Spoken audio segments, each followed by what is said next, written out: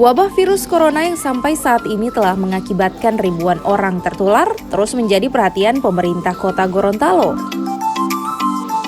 Untuk penanganan di wilayah Kota Gorontalo, pemerintah Kota Gorontalo sejak tanggal 16 Maret 2020 telah membentuk gugus tugas yang bertugas selama 1x24 jam untuk melakukan pemantauan dan pengawasan di wilayah yang dianggap rawan terjadi penularan virus corona.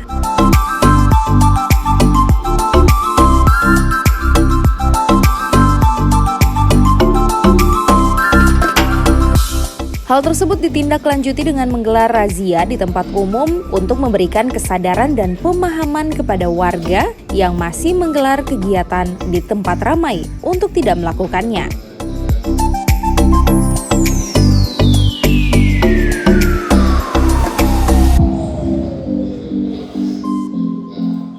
Selain itu, upaya yang telah dilakukan pemerintah Kota Gorontalo yang bekerja sama dengan personil TNI dan Polri dengan melakukan penyemprotan disinfektan di tempat umum, pasar, dan rumah pejabat.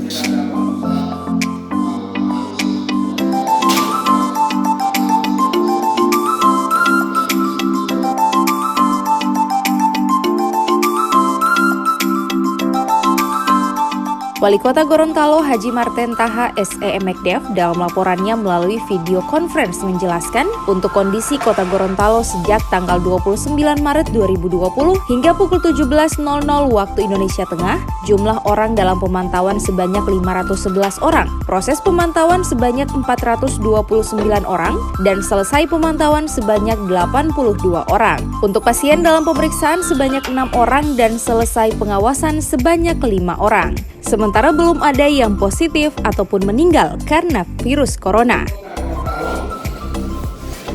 Sampai dengan Ahad 29 Maret 2020 pukul 17.00 ODP orang dalam pemantauan 511, kemudian dalam proses pemantauan tinggal 429 dan selesai pemantauan 82. PDP pasien dalam pengawasan ada 6, kemudian selesai pengawasan itu 5 dan sekarang tinggal. Sedangkan yang positif 0, sembuh 0, juga meninggal 0. Jadi positif pun tidak ada, sembuh tidak ada, meninggal oleh tidak ada.